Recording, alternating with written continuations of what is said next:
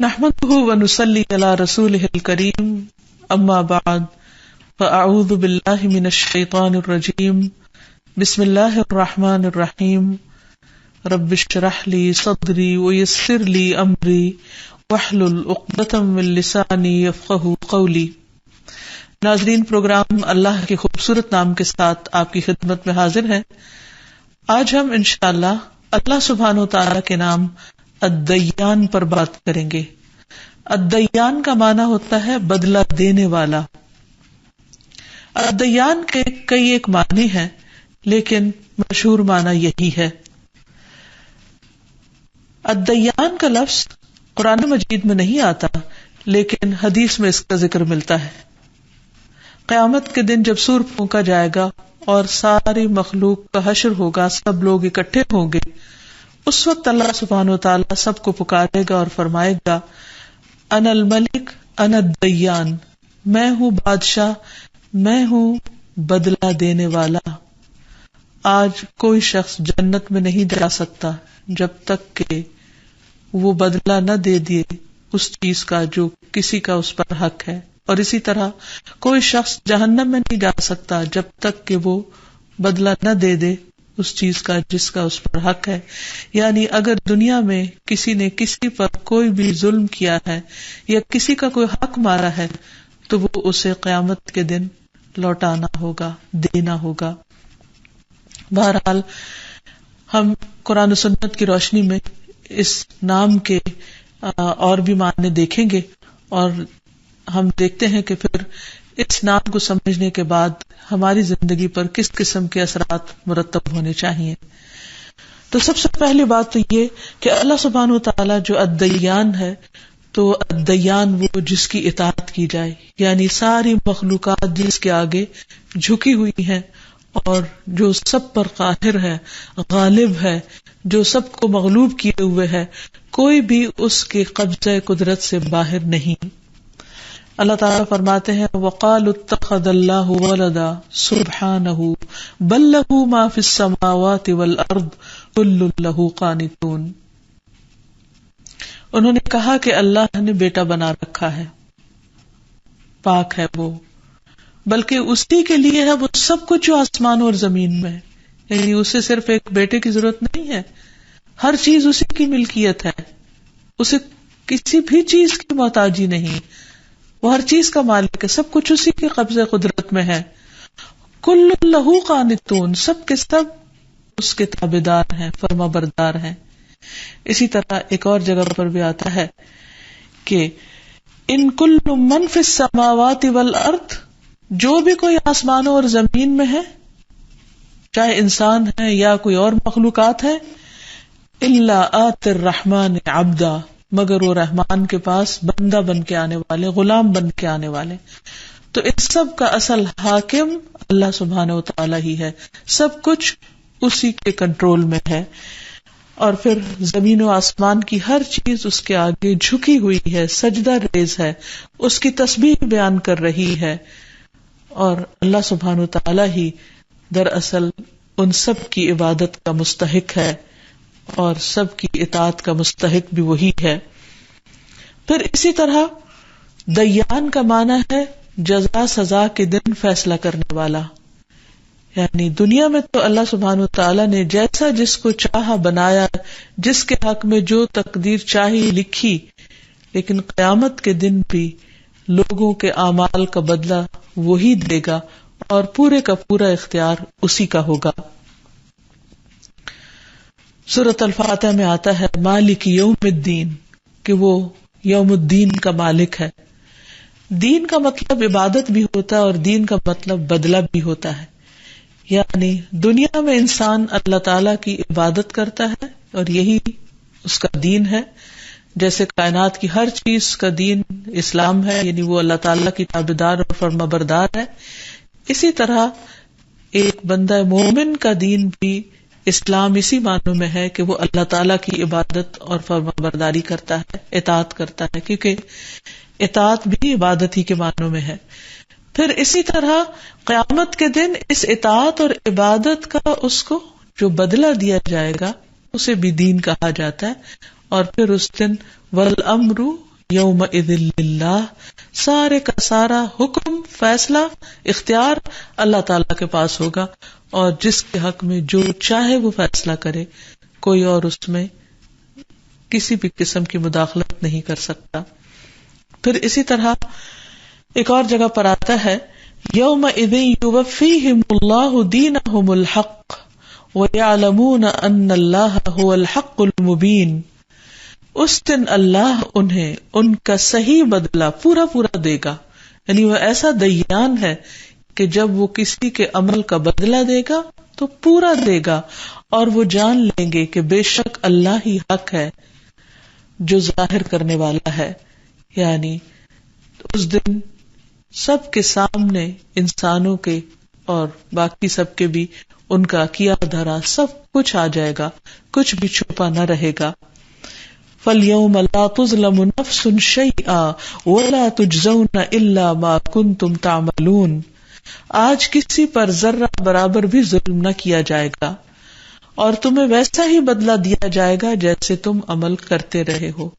یعنی دنیا میں جو بھی تم نے کوشش کی اس کے مطابق ہی تمہیں صلہ ملے گا. یہاں ایک بات یہ بھی یاد رکھیے کہ کوئی عمل ایسا نہیں انسان کا کہ جس پر اس کو اچھا یا برا بدلہ نہ ملے، یا وہ عمل اس کی حسنات میں شامل ہو جاتا ہے یا اس کی سیئات میں. اسی لیے قرآن مجید میں آتا ہے وَمَن يَعْمَلْ مِثْقَالَ ذَرَّةٍ خَيْرًا يَرَهُ، کہ جو ذرے کے برابر بھی خیر کا عمل کرے گا وہ اس کو دیکھ لے گا، اور وَمَن يَعْمَلْ مِثْقَالَ ذَرَّةٍ شَرًّا يَرَهُ، جو ذرے برابر بھی برائی کرے گا وہ اس کو دیکھ لے گا. یعنی اللہ سبحانہ وتعالی انسان کی چھوٹی سی چھوٹی کوشش کو بھی رائیگاں نہیں کرتا، ضائع نہیں کرتا. اس لیے انسان اگر اللہ تعالیٰ کے اذن سے، اس کے فضل سے کوئی بھی نیکی کا کام کرنے کے قابل ہو تو اس پر خوش ہونا چاہیے کہ ہم نے ایسے رب کے لیے عمل کیا ہے جو بدلہ دینے والا ہے. اور پھر جب انسان کو یہ یقین ہو جاتا ہے کہ اس کا رب عمل ضائع نہیں کرتا، تو پھر اسے بندوں کو دکھانے اور بندوں سے صلہ لینے کی توقع بھی نہیں رہتی اور شوق بھی نہیں رہتا، کیونکہ اسے معلوم ہے کہ جو بدلہ اور جو صلہ اللہ رب العزت دے سکتا ہے وہ دنیا میں کوئی بھی انسان دے نہیں سکتا. اور اس طرح انسان اپنے اعمال کو اللہ سبحانہ وتعالیٰ کے لیے خالص کرتا چلا جاتا ہے. پھر اسی طرح ایک اور جگہ پر بھی آتا ہے سورۃ الکہف میں کہ انسان کی جو نامہ اعمال کی کتاب ہوگی وہ جب انسان دیکھے گا تو حیران ہو جائے گا، اور وہاں اسے پتہ چلے گا کہ چھوٹے سے چھوٹا عمل اور بڑے سے بڑا عمل بھی لکھا ہوا ہے. ارشاد ہے وَوُضِعَ الْكِتَابُ فَتَرَى الْمُجْرِمِينَ مُشْفِقِينَ مِمَّا فِيهِ، اور کتاب رکھ دی جائے گی، نامہ اعمال رکھ دیا جائے گا تو تم دیکھو گے مجرموں کو کہ جو کچھ اس میں ہے وہ اس کے کانٹینٹ سے ڈر رہے ہوں گے. مما فیہ ویقولون، اور وہ کہیں گے یا ویلتنا، ہائے افسوس ہم پر، ما لہذا الکتاب، اس کتاب کو کیا ہو گیا، لا یغادر صغیرۃ ولا کبیرۃ الا احصاها، اس نے نہ کسی چھوٹی چیز کو چھوڑا اور نہ کسی بڑی چیز کو چھوڑا مگر اس کا احاطہ کر رکھا ہے، اس کو شمار کر رکھا ہے. یعنی ہر عمل جس کو انسان کر کے بھول بھی چکا ہوگا اور شاید اپنے کیے ہوئے کو خود پہچانے بھی نہ، اور پھر وَوَجَدُوا مَا عَمِلُوا حَاضِرًا، جو بھی انہوں نے عمل کیا ہوگا وہ اپنے سامنے حاضر پائیں گے. وَلَا يَظْلِمُ رَبُّكَ أَحَدًا، اور تیرا رب کسی ایک پر بھی ظلم نہیں کرے گا. یعنی یہ ہے ہمارا رب جو الدیان ہے، جو کسی کو بھی ظلم کے ساتھ نہیں اور کسی زیادتی کے ساتھ معاملہ نہیں کرے گا بلکہ پورا پورا انصاف کرے گا. اور پھر یہ کہ انسان کو اعمال کی مناسبت سے بدلہ دیا جائے گا. فرمایا من جاء بالحسنۃ فلہ خیر منها ومن جاء بالسیئۃ فلا یجزی الذین عملوا السیئات الا ما كانوا یعملون. جو کوئی نیکی لے کر آئے گا اسے اس سے بہتر نیکی ملے گی، اور جو برائی لے کر آئے گا تو ایسے لوگوں کو برائیوں کا اتنا ہی بدلہ ملے گا جس قدر انہوں نے کی ہوں گی. یعنی جیسے اعمال ہوں گے ویسا ہی بدلہ دیا جائے گا. اللہ سبحانہ وتعالی کسی پر رتی برابر بھی ظلم نہ کرے گا. ایک اور جگہ پر آتا ہے من جاء بالحسنۃ فلہ خیر منہا، جو نیکی لے کر آئے گا اسے اس سے بہتر بدلہ دیا جائے گا. یعنی اللہ سبحانہ وتعالی جو الرحمن الرحیم التواب البر ہے، وہ بندوں کو ان کی نیکیوں کا کئی گنا زیادہ ان کے حق سے بڑھ کر اپنے فضل اور خاص رحمت کے ساتھ انہیں اجر و ثواب عطا کرے گا. وَهُم مِّن فَزَعٍ يَوْمِئِذٍ آمِنُونَ، اور وہ اس دن کی گھبراہٹ سے بالکل امن میں ہوں گے. وَمَن جَاءَ بِالسَّيِّئَةِ فَكُبَّتْ وُجُوهُهُمْ فِي النَّارِ هَلْ تُجْزَوْنَ إِلَّا مَا كُنتُمْ تَعْمَلُونَ، اور جو برائی لے کر آئے گا تو ایسے لوگ اوندھے منہ جہنم میں پھینک دیے جائیں گے، اور کہا جائے گا تمہیں اتنا ہی بدلہ ملے گا جو تم کام کرتے رہے. یعنی یہ تمہارے اپنے ہی اعمال ہیں جن کی وجہ سے تم اس جہنم میں جا رہے ہو. اللہ سبحانہ وتعالیٰ کسی پر ظلم نہیں کرتا. پھر اسی طرح سب حقداروں کو پورا پورا حق دے دیا جائے گا. زبیر رضی اللہ عنہ کہتے ہیں کہ جب یہ آیت نازل ہوئی انک میت وانہم میتون، تو میں نے کہا اے اللہ کے رسول، کیا ہمیں مخصوص گناہوں کے ساتھ ساتھ آپس کی رنجشوں کی نتائج بھی بھگتنے کے بعد آخرت میں جواب دہی کا سامنا کرنا پڑے گا؟ آپ نے فرمایا ہاں، تمہیں بار بار تکلیف دی جائے گی یہاں تک کہ ہر حقدار کو اس کا پورا پورا حق لوٹا دیا جائے.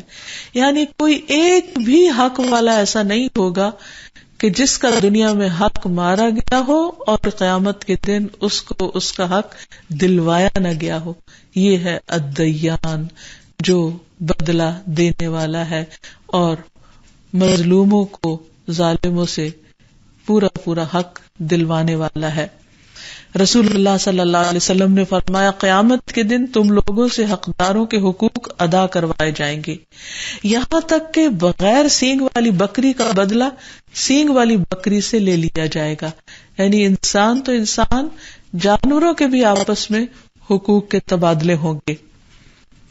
پھر اسی طرح مالی معاملات میں ایک درہم کا بھی حساب ہوگا، کیونکہ حساب تو حساب ہے.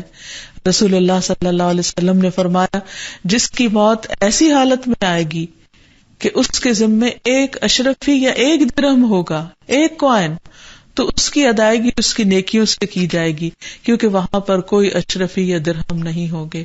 یعنی انسان کو اپنے عمل سے صلہ دینا ہوگا، لیکن اگر اس کے عمل ختم ہو گئے تو دوسرے کی برائیاں اس کے پلے ڈال دی جائیں گی. رسول اللہ صلی اللہ علیہ وسلم نے فرمایا روز قیامت ایسا آدمی آئے گا جسے یہ امید ہوگی کہ وہ اپنی نیکیوں کے بلبوتے پر نجات پا جائے گا. وہ سمجھے گا میں بہت نیک ہوں اور مجھے میری نیکیاں چھڑا لیں گی، بچا لیں گی. اس نے جن پر ظلم کیا ہوگا وہ آ کر اس کی نیکیاں لیتے جائیں گے حتیٰ کہ اس کی ساری نیکیاں ختم ہو جائیں گی. لیکن پھر ایک اور مظلوم آ جائے گا، اب اس کی حسنات تو ختم ہو چکی ہوں گی، لہذا مظلوم کی برائیاں اس کی برائیوں میں ڈال دی جائیں گی، اور اس طرح مظلوم کی سزا یہ ظالم بھگتے گا. تو اس لیے انسان کو بہت کیئرفلی یہ زندگی بسر کرنے کی ضرورت ہے، اور ہر دم اللہ تعالیٰ سے ڈرتے رہنا چاہیے کہ کسی حقدار کا حق نہ مارے، کیونکہ قیامت کے دن ایسا نہ ہو کہ دنیا کی حقیر سی زندگی، چھوٹی سی زندگی اور چھوٹے سے فائدے کی خاطر انسان اپنی آخرت اور ہمیشہ ہمیشہ کا امن اور چین اور راحت لٹا بیٹھے. رسول اللہ صلی اللہ علیہ وسلم نے ہمیں یہ بھی بتایا کہ سب سے پہلے قتل کے مقدمات میں فیصلہ ہوگا. پھر اسی طرح دیان کا مطلب ثواب یا سزا دینے والا بھی ہے. اللہ سبحانہ وتعالی بندوں کو ان کے اعمال پر ثواب یا سزا عطا کرے گا، اور اس میں وہ پورے انصاف سے کام لے گا. قرآن مجید میں آتا ہے للذین استجابوا لربهم الحسنى والذین لم يستجیبوا لو ان لهم ما فی الارض جميعا ومثله معه لافتدوا به اولئک لهم سوء الحساب ومأواهم جہنم وبئس المہاد. جن لوگوں نے اپنے رب کی بات قبول کر لی انہی کے لیے بھلائی ہے، یعنی جو اللہ تعالیٰ کی اطاعت کرتے ہیں، فرما برداری کرتے ہیں، اس کی بات مان لیتے ہیں، ان کے لیے فائدہ ہی فائدہ ہے. اور جنہوں نے اس کی بات قبول نہ کی، یعنی اللہ کی بات نہیں مانی، اگر واقعی ان کے پاس وہ سب کچھ ہو جو زمین میں ہے اور اس کے ساتھ اتنا ہی اور بھی ہو، تو وہ ضرور اسے فدیہ میں دے دیں. یہی لوگ ہیں جن کے لیے برا حساب ہے اور ان کا ٹھکانہ جہنم ہے جو بہت ہی برا ٹھکانہ ہے. تو اس لیے پتہ چلتا ہے کہ جو لوگ اللہ کی اطاعت کریں گے اللہ سبحانہ وتعالی انہیں اس پر ثواب عطا کرے گا. للذین احسنوا الحسنى، اور صرف ثواب نہیں بلکہ ایک آیت میں آتا ہے وہ زیادہ بھی عطا کرے گا. یعنی صرف ان کے اعمال کا بدلہ ہی نہیں بلکہ اعمال کے سے زیادہ، اور زیادہ کا ایک معنی یہ بھی کیا گیا کہ اللہ تعالیٰ ان کو اپنا دیدار کروائیں گے، جو ہر بدلے اور ہر نعمت سے بڑی نعمت ہوگی. پھر اسی طرح یہ ہے کہ قرآن مجید میں بہت واضح انداز میں بعض اعمال کی سزا بتائی گئی ہے، اور اس میں ایک عام قاعدے کی بات یہ ہے کہ سزا جو ہے وہ جنس عمل سے ہے، یعنی جس قسم کا عمل ہوگا اس قسم کی سزا ہوگی. اور اس کے بارے میں بھی احادیث میں بہت سی تفصیلات ملتی ہیں. پھر اسی طرح اللہ تعالیٰ کن کن کاموں پر جنت دینے والا ہے اس کی تفصیلات بھی ہمیں ملتی ہیں. مثلا سب سے پہلے بنیادی عبادات پر رسول اللہ صلی اللہ علیہ وسلم نے فرمایا، جو شخص اللہ اور اس کے رسول پر ایمان لائے اور نماز قائم کرے اور رمضان کے روزے رکھے تو اللہ پر حق یہ ہے کہ وہ اسے جنت میں داخل کر دے گا. یعنی سب سے پہلے تو فرائض کی بات ہوگی کہ کیا ڈیوٹیز تھی تمہاری، ان کو کتنا پورا کیا، کیا ہر روز کی حاضری پوری ہے یا کچھ دن غائب بھی رہے، کیونکہ نمازوں سے غائب رہنا کوئی معمولی بات نہیں ہے، اور اس پر سزا بھی ہے جس کا آگے چل کر ذکر ہوگا. پھر اسی طرح صبح و شام مسجد میں حاضری پر بھی جزا ہے. فرمایا کہ جو شخص صبح و شام مسجد میں جاتا ہے اللہ سبحانہ وتعالیٰ اس کی مہمانی کا سامان کرے گا جنت میں، یعنی جنت میں وہ اللہ کا مہمان ہوگا، وہ صبح یا شام جب بھی مسجد جائے گا. پھر اسی طرح نمازوں کے علاوہ روزے پر بے پناہ اجر ہے. جس شخص کا روزے کی حالت میں خاتمہ ہوگا تو وہ جنت میں داخل ہوگا، اور شرط یہ ہے کہ وہ اللہ کی رضا کی خاطر رکھا گیا ہو، نہ کہ ڈائٹنگ کے لیے یا صرف لوگوں کو دکھانے کے لیے. پھر اسی طرح صدقہ دینے پر جزا بتائی گئی. نبی صلی اللہ علیہ وسلم نے فرمایا، جو شخص اللہ کی رضا کے لیے صدقہ کرے اور اسی پر اس کا اختتام ہو تو وہ جنت میں داخل ہوگا. پھر اسی طرح صلہ رحمی کرنے پر ایک شخص نبی صلی اللہ علیہ وسلم کے پاس آیا اور کہنے لگا، مجھے ایسا عمل بتا دیجئے کہ جو مجھے جنت سے قریب کر دے اور دوزخ سے دور کر دے. آپ نے فرمایا، اللہ کی عبادت کرو، اس کے ساتھ کسی کو شریک نہ ٹھہراؤ، نماز قائم کرو، زکوٰۃ ادا کرو، اور اپنے رشتہ داروں کے ساتھ اچھا سلوک کرو، صلہ رحمی کرو، یعنی ان کے ساتھ جوڑ کر رکھو تو تمہیں جنت نصیب ہوگی. اسی طرح کھانا کھلانا جنت میں لے جانے والے کاموں میں سے ایک کام ہے. ہانی بن یزید کہتے ہیں، میں نے کہا، اے اللہ کے رسول صلی اللہ علیہ وسلم، کون سی چیز جنت کو واجب کرتی ہے؟ آپ نے فرمایا، تم عمدہ کلام اور کھانا کھلانے کو لازم پکڑ لو. یعنی اگر تم چاہتے ہو کہ جنت میں جاؤ تو اس کے لیے یہ دو کام کرو کہ لوگوں سے اچھے طریقے سے بات کرو اور ان کی بھوک مٹانے کا انتظام کرو. اسی طرح جہاں ایک طرف اللہ تعالیٰ الدیان اچھے کاموں پر جزا دینے والا ہے، وہاں دوسری طرف اللہ سبحانہ و تعالیٰ ایسا الدیان ہے جو برے کاموں پر سزا دینے والا بھی ہے. اس کے بارے میں سب سے پہلی چیز جو ہمیں پتہ چلتی ہے، جو گناہوں میں سب سے بڑا گناہ ہے، وہ شرک کا ہے کہ شرک کرنے پر اللہ تعالیٰ نے جنت کو حرام قرار دے دیا. فرمایا، انہ من یشرک باللہ فقد حرم اللہ علیہ الجنۃ ومأواہ النار. واضح انداز میں صاف صاف بتا دیا گیا کہ جو شخص اللہ سے شرک کرتا ہے اللہ نے اس پر جنت حرام کر دی ہے اور اس کا ٹھکانہ جہنم ہے. پھر اسی طرح نماز نہ پڑھنے پر قرآن مجید میں آتا ہے کہ اہل دوزخ سے جب یہ پوچھا جائے گا کہ اس آگ میں تم کیسے پہنچے، کیوں کر پہنچے، تو کہیں گے کہ ہم نماز نہیں پڑھتے تھے. فرمایا سورۃ المدثر میں ما سلککم فی سقر قالوا لم نک من المصلین، کہ ان سے پوچھا جائے گا کہ کیا چیز تمہیں دوزخ میں لے گئی، کہیں گے کہ ہم نماز ادا کرنے والے نہ تھے. یہ کوئی معمولی چیز نہیں ہے. اللہ تعالیٰ نے انسان کو اپنی عبادت کے لیے پیدا کیا ہے. اگر انسان دنیا بھر کے کام کرتا رہے لیکن اللہ کی عبادت کے لیے وقت نہ نکالے تو گویا اس نے اپنے فرض سے غفلت برتی، اور فرض سے غفلت برتنا معمولی جرم نہیں ہوا کرتا. پھر اسی طرح رسول اللہ صلی اللہ علیہ وسلم نے فرمایا جو شخص نشے کی وجہ سے ایک مرتبہ نماز چھوڑ دے تو اس کی مثال ایسے ہے جیسے اس کے پاس دنیا اور اس کی ساری نعمتیں تھی جو اس سے چھین لی گئی. صرف ایک نماز چھوڑنے کا اتنا بڑا نقصان ہے کہ گویا پوری دنیا لٹ گئی اس سے. اور جو شخص نشے کی وجہ سے 4 نمازیں چھوڑ دے تو اللہ پر حق ہے کہ اسے طینۃ الخبال میں سے کچھ پلائے. کسی نے پوچھا یا رسول اللہ صلی اللہ علیہ وسلم طینۃ الخبال کیا چیز ہے؟ آپ نے فرمایا اہل جہنم کا نچڑا ہوا خون اور پیپ، یعنی جہنم والے جب آگ میں جلیں گے تو ان کے جسم پھوڑا بن جائیں گے تو ان پھوڑوں سے جو پیپ نکلے گی وہ پھر کچھ اور بطور سزا دوسرے جہنمیوں کو پلائی جائے گی، کہ جو ایک بہت ہی بدترین قسم کی سزا ہے، اور یہ بھی نماز کی ادائیگی نہ کرنے پر ہے.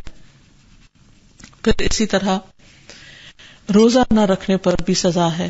پھر اسی طرح زکوٰۃ نہ دینے پر فرمایا زکوٰۃ روکنے والا قیامت کے دن آگ میں ہوگا. ایک اور جگہ پر آتا ہے کہ حشر کے میدان میں ہی اس کی تو سزا شروع ہو جائے گی کہ اس کا مال اس کے گرد لپٹ کر اس کے جبڑوں کے اوپر ڈسنے لگے گا اور بولے گا کہ میں ہوں تمہارا مال، میں ہوں تمہارا خزانہ.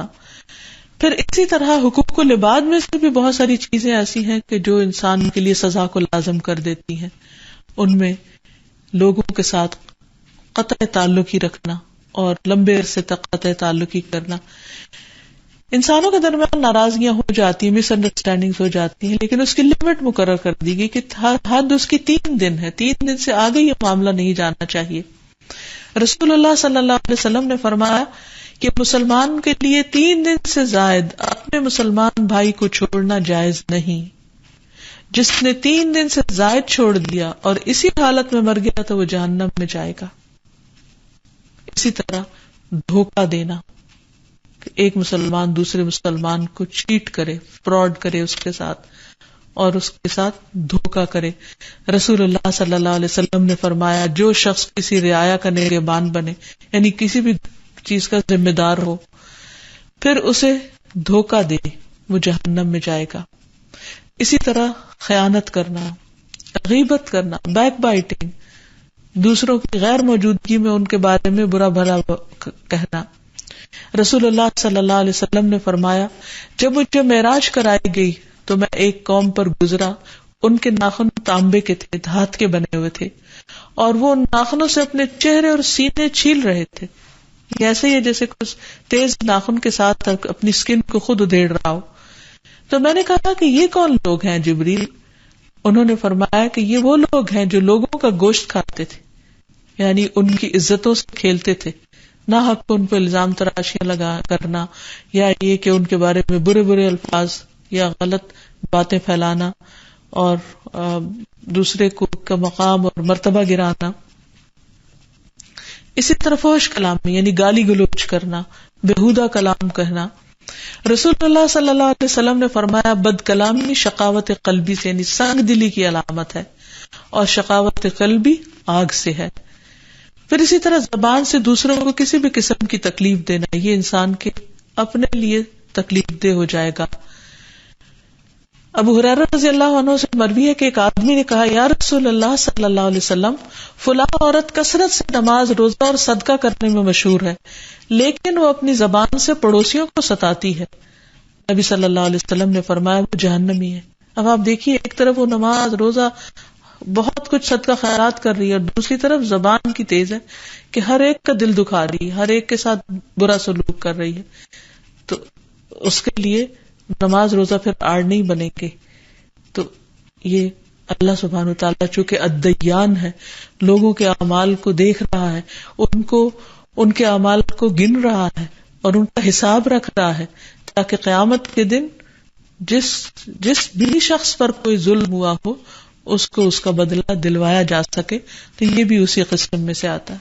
پھر اسی طرح جھوٹ بولنے پر صحیح حدیث میں آتا ہے جھوٹ جو ہے وہ برائی کی طرف رہنمائی کرتا ہے، اور برائی جو ہے وہ جہنم کی طرف انسان کو لے جاتی ہے۔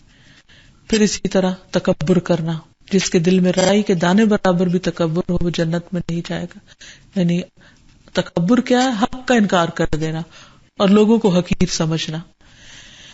پھر اسی طرح قتل کرنے پر، یعنی قاتل اور مقتول دونوں کے لیے جہنم کی بات کی گئی، کیونکہ دونوں کا ارادہ ایک دوسرے کو قتل کرنے کا تھا۔ تو اللہ سبحانہ وتعالیٰ کا یہ نام یعنی الدیان، بدلہ دینے والا، ایک بہت ہی اہم نام ہے۔ جب انسان کو اس نام کی سمجھ آ جائے تو پھر انسان کی عملی زندگی میں اس کے مطابق تبدیلی واقع ہونی چاہیے۔ وہ کیا؟ سب سے پہلی بات تو یہ کہ انسان قیامت کے دن کی تیاری کرے، اپنے رب سے ملاقات کی تیاری کرے، جس دن رب یہ فرمائے گا انا الملک انا الدیان، میں ہوں بادشاہ، میں ہوں دیان۔ اور اس وقت ہر شخص اپنے رب کے حضور کھڑا ہوگا اور اپنے رب سے ملاقات کرے گا، اور اس کے اعمال ہی اس کے ساتھ ہوں گے، کوئی اور بیچ میں سفارشی نہ ہوگا۔ تو ایسے وقت سے انسان ڈرے اور اس کی تیاری کرے، جیسے قرآن مجید میں آتا ہے واتقوا اللہ واعلموا انکم ملاقوہ، اللہ سے ڈرو اور جان لو کہ تم اس سے ملاقات کرنے والے ہو، تمہیں اپنے رب سے ملنا ہے، ایک دن اس کے سامنے جا کے ٹھہرنا ہے، اس دن کی تیاری کر لو۔ پھر اسی طرح انسان موت کو یاد رکھے، کیونکہ موت تو آنی ہی آنی ہے۔ انسان کے پاس کچھ بھی دنیا میں سے ہو، کتنی بھی اچھی صحت ہو، کتنا بھی زیادہ علم ہو، کتنی بھی دولت ہو، کتنا بھی بڑا مقام، مرتبہ، سٹیٹس ہو، لیکن موت انسان کو ہر چیز سے خالی کر دیتی ہے، ہر چیز فنا کر دیتی ہے۔ خود انسان جب اس کا اپنا جسم اور جان باقی نہیں رہتے تو اس سے متعلق ساری چیزیں اس کے لیے بیگانہ ہو جاتی ہیں۔ تو اس لیے انسان ان میں سے کسی بھی چیز پر تکبر نہ کرے اور کسی بھی چیز کی وجہ سے دھوکے میں نہ رہے، کیونکہ ان میں سے ایک ایک بے وفا ہے اور انسان کو چھوڑ جانے والی ہے۔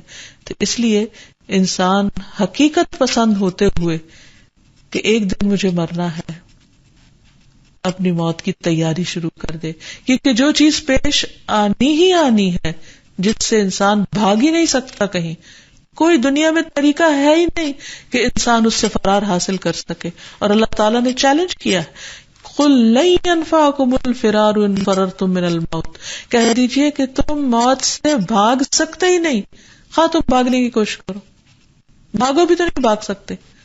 اَيْنَمَا تَكُونُوا يُدْرِكْكُمُ الْمَوْتُ، جہاں مرضی تم چلے جاؤ، کہیں بھی تم ہوگے موت تمہیں آ پکڑے گی وہاں، وہ تو ہر روز تمہیں دیکھتی، اور جس دن اللہ کا حکم ہوگا وہ آ پہنچے گی، آ ملاقات کرے گی اور چھوڑے گی نہیں۔ تو اس لیے انسان دن میں کئی بار اپنی موت کو یاد کرے، اور خاص طور پر نماز کے اندر۔ رسول اللہ صلی اللہ علیہ وسلم نے فرمایا اپنی نماز میں موت کو یاد کرو، کیونکہ جب آدمی نماز میں موت کو یاد کرتا ہے تو ممکن ہے کہ وہ اپنی نماز کو اچھے انداز میں ادا کرے، اور اس آدمی کی طرح نماز پڑھو جسے اس موقع کے بعد نماز پڑھنے کا گمان نہیں ہوتا، وہ سمجھتا ہے کہ اس کی آخری نماز ہے۔ اور ہر ایسے کام سے بچو جس سے معذرت کرنی پڑے، یعنی سوچ سمجھ کے کام کرو۔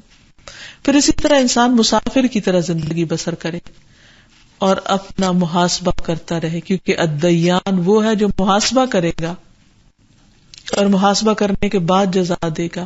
تو اس سے پہلے کہ الدیان محاسبہ کرے، انسان اپنا محاسبہ خود کرتا رہے۔ اور محاسبہ کا مطلب کیا ہے کہ اپنے اعمال کا جائزہ لیتا رہے، ایون اگر اس کے اعمال نیک بھی ہوں تب بھی وہ اپنا حساب کرتا رہے، اور وہ اپنے آپ سے پوچھتا رہے کہ کام میں نے کیوں کیا، کس کے لیے کیا، کس کو خوش کرنے کے لیے، کس کی رضا کے لیے، اور دوسرا یہ کہ کس طریقے پر کیا۔ کیا عبادت کا کوئی کام، نماز، روزہ، حج، زکوٰۃ نبی صلی اللہ علیہ وسلم کے طریقے کے مطابق تھا یا اپنے من مانے طریقوں پر کیا؟ تو اس لیے جب تک دو چیزیں پوری نہ ہو، یعنی نیت اور طریقہ اس وقت تک کوئی عمل قبول نہیں، یعنی کوئی نیک عمل نہیں کہلا سکتا. تو اس لیے اپنا محاسبہ کرنا، اپنے اوپر نظر رکھنا، اپنی غلطیوں کو دیکھتے رہنا، ان کی اصلاح کرنا، اپنے باطن کی اصلاح کرنا، اپنے نفس کا، اپنے خیالات کا، اپنے دل کا تزکیہ کرتے رہنا، یہ نہایت ضروری ہے تاکہ انسان قیامت کے دن کی مفلسی سے بچ سکے. پھر یہ ہے کہ انسان اپنے گناہوں کو حقیر نہ سمجھے، چھوٹا نہ سمجھے، کیونکہ مومن جو ہے وہ اپنے گناہ کو پہاڑ کی طرح سمجھتا ہے کہ اس کے سر پر ہے، کہیں گر نہ پڑے اس پر. اور جو فاجر ہے، فاسق ہے، وہ گناہ کو مکھی کی طرح سمجھتا ہے، جیسے ناک پر بیٹھی ہو تو اس کو وہ اڑا دے، اور ہلکا سا معمولی سمجھتا ہے. تو نبی صلی اللہ علیہ وسلم نے فرمایا، اے عائشہ، معمولی گناہوں سے بھی اپنے آپ کو بچاؤ، کیونکہ اللہ کے ہاں ان کی تفتیش بھی ہو سکتی ہے، ان کی بھی پوچھ ہو سکتی ہے. پھر اسی طرح یہ ہے کہ انسان اس زندگی میں نعمتیں پا کر غافل نہ ہو. اگر انسان کو آرام دہ بستر ملے تو وہ اللہ تعالیٰ کی عبادت میں کمی نہ کرے، یہ نہ ہو کہ غافلوں کی طرح پڑا سوتا رہے. رسول اللہ صلی اللہ علیہ وسلم نے فرمایا، کھانے والا شکر گزار صبر کرنے والے روزہ دار کے برابر ہے. اور شکر کیا ہے کہ انسان کو جب اللہ تعالیٰ کوئی نعمت دے تو اس کے بعد وہ اللہ تعالیٰ کا اور زیادہ عبادت گزار ہو جائے اور نعمتیں پا کر غافل نہ ہو. جس طرح اللہ تعالیٰ کچھ لوگوں کا حال بیان کرتے ہیں، اقترب للناس حسابهم وهم فی غفلۃ معرضون، لوگوں کے حساب کا وقت قریب آ چکا اور وہ ہے کہ غفلت میں منہ موڑے ہوئے ہیں، یعنی اپنی آخرت کو یاد نہیں کرتے. خاص طور پر اہل ایمان سے خطاب کر کے فرمایا کہ یا ایھا الذین آمنوا لا تلھکم اموالکم ولا اولادکم عن ذکر اللہ ومن یفعل ذلک فاولئک هم الخاسرون. اے لوگ جو ایمان لائے ہو، تمہارے مال اور تمہاری اولادیں تمہیں اللہ کے ذکر سے غافل نہ کریں، اور جو ایسا کرے گا وہی دراصل نقصان اٹھانے والا ہے.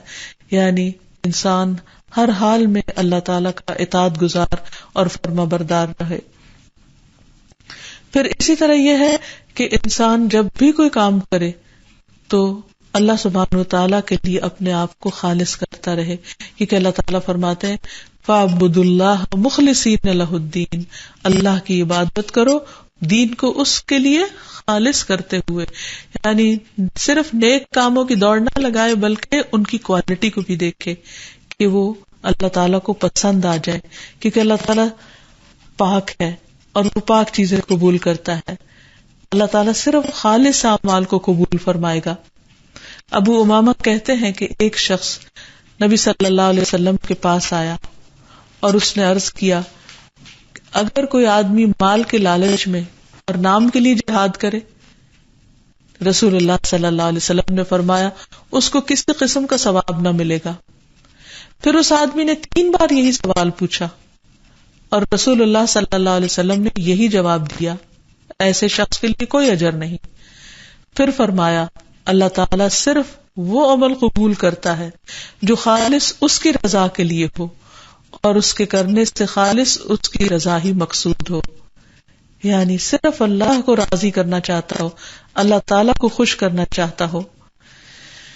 اور جب انسان اللہ تعالیٰ کی اس صفت کو جان لے اور اپنے لیے ایک لاہ عمل طے کر لے کہ اسے اپنی زندگی کس طرح گزارنی ہے تاکہ اپنے رب کو راضی کر سکے، تو اس کے ساتھ ساتھ وہ دعا بھی کرے، کیونکہ اللہ سبحانہ وتعالیٰ ہی کا حکم ہے کہ وَلِلَّهِ الْأَسْمَاءُ الْحُسْنَى فَادْعُوهُ بِهَا، اللہ ہی کے لیے ہیں اچھے اچھے نام، تم اسے ان ناموں کے ساتھ پکارو.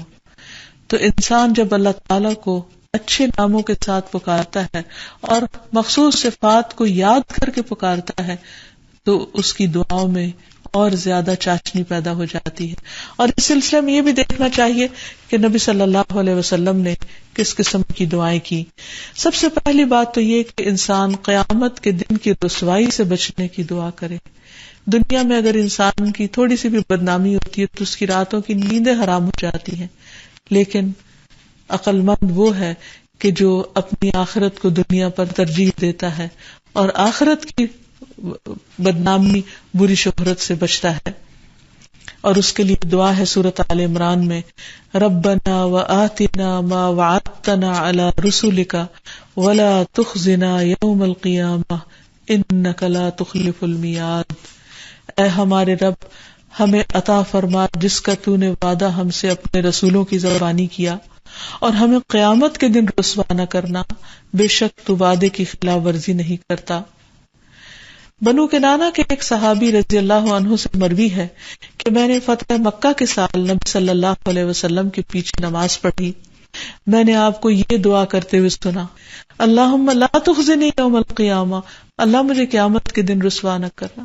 حالانکہ آپ کو اللہ سبحانہ وتعالیٰ نے مکہ فتح کروا دیا اور آپ ایک فاتح کی حیثیت میں مکہ میں داخل ہوئے ہیں، اور آپ کو اللہ تعالیٰ نے دنیا میں کامیابیاں عطا کی اور اللہ تعالیٰ آپ سے راضی ہو گیا، اس کے باوجود آپ اللہ تعالیٰ سے ڈرتے ہیں اور کہتے ہیں یا اللہ مجھے قیامت کے دن رسوا نہ کرنا۔ دوسری بات یہ ہے کہ انسان اپنے واپس لوٹنے کے دن کو یاد کرتا رہے، یعنی آخرت کو کبھی بھی نہ بھولے۔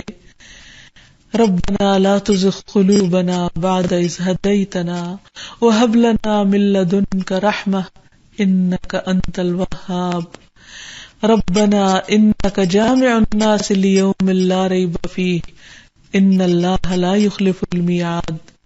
اے ہمارے رب، ہمارے دل ٹیڑھے نہ کرنا اس کے بعد کہ تو نے ہمیں ہدایت دے دی اور ہمیں اپنے پاس سے رحمت عطا فرما، بے شک تو ہی بے حد عطا کرنے والا ہے۔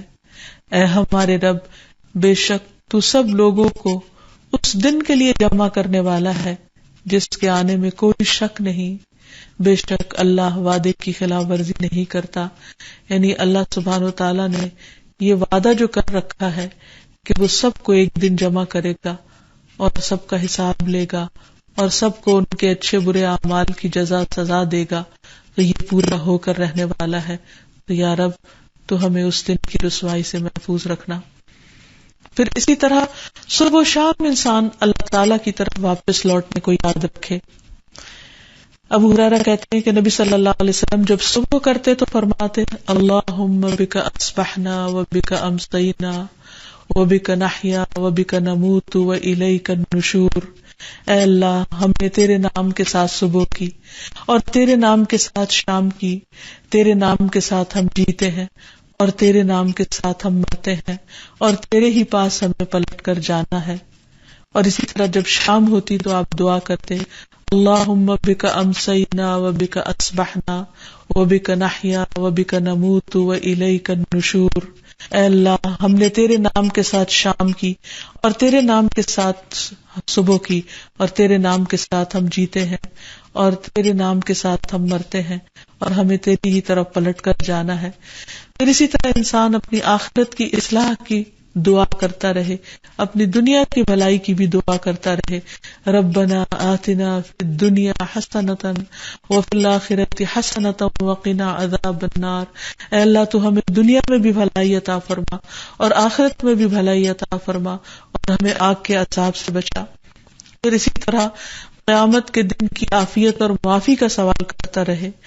نبی صلی اللہ علیہ وسلم کبھی بھی اس دعا کو صبح و شام نہیں چھوڑا کرتے تھے، اللہم انی اسألک العافیۃ فی الدنیا والآخرہ، آخر تک کہ اے اللہ میں تجھ سے دنیا اور آخرت میں عافیت طلب کرتا ہوں۔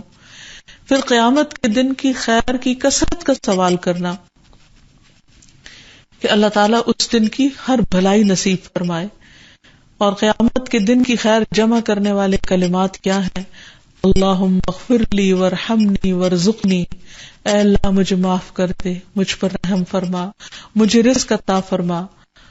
اور آپ صلی اللہ علیہ وسلم نے فرمایا کہ یہ کلمات تیرے لیے دنیا اور آخرت کی بھلائیاں جمع کر دیں گے۔ پھر اسی طرح انسان کو قیامت کے دن کی تنگی سے بچنے کے لیے دعا کرنی چاہیے۔ پھر اسی طرح انسان کو جنت کے قریب کرنے والی اور جہنم سے دور کرنے والی چیزوں کی دعا کرنی چاہیے۔ حدیث میں آتا ہے کہ نبی صلی اللہ علیہ وسلم نے حضرت عائشہ کو یہ دعا سکھلائی، اللہم انی اسألک من الخیر کلہ عاجلہ وآجلہ ما علمت منہ وما لم اعلم واعوذ بک من الشر کلہ عاجلہ وآجلہ ما علمت منہ وما لم اعلم اللهم إني أسألك من خير ما سألك عبدك ونبيك وأعوذ بك من شر ما أعاذ به عبدك ونبيك. اللهم إني أسألك الجنة وما قرب إليها من قول أو عمل وأعوذ بك من النار وما قرب إليها من قول أو عمل وأسألك أن تجعل كل قضاء قضيته لي خيرا. اے اللہ میں تجھ سے ہر قسم کی خیر مانگتا ہوں، جلدی ملنے والی اور دیر سے ملنے والی، دنیا کی اور آخرت کی، وہ بھی جس کا مجھے علم ہے اور وہ بھی جس کا مجھے علم نہیں. اور میں ہر قسم کے شر سے تیری پناہ میں آتا ہوں، جلدی آنے والے سے بھی اور دیر سے آنے والے سے بھی، دنیا اور آخرت کے شر سے جس کا مجھے علم ہے اور اس سے بھی جس کا مجھے علم نہیں. اے اللہ میں تجھ سے وہ خیر مانگتا ہوں جو تجھ سے تیرے بندے اور تیرے نبی محمد صلی اللہ علیہ وسلم نے مانگی، اور میں اس شر سے تیری پناہ میں آتا ہوں جس شر سے تیرے بندے اور تیرے نبی محمد صلی اللہ علیہ وسلم نے پناہ مانگی. اے اللہ میں تجھ سے جنت کا سوال کرتا ہوں اور ہر اس قول اور عمل کی توفیق کا سوال کرتا ہوں جو اس سے قریب کرے، اور میں جہنم کی آگ سے تیری پناہ میں آتا ہوں اور ہر اس قول اور عمل سے پناہ مانگتا ہوں جو اس جہنم سے قریب کرے، اور میں یہ سوال کرتا ہوں کہ جو بھی تو فیصلہ کرے اسے میرے لیے خیر کا باعث بنا دے. تو حقیقت یہ ہے کہ سارے اختیارات کا مالک اللہ رب العزت ہے، اس لیے ہم سب کو اسی کی طرف رجوع کرنا چاہیے، اسی سے لو لگانی چاہیے اور اسی سے دعائیں مانگنی چاہیے. انہ هو البر الرحیم، وہ بہت زیادہ احسان کرنے والا، بڑا ہی مہربان ہے. اللہ تعالی ہمیں قیامت اور دنیا کی تمام تر بھلائیاں نصیب فرمائے اور ہر قسم کے فتنوں سے محفوظ رکھے. وآخر دعوانا ان الحمد للہ رب العالمین.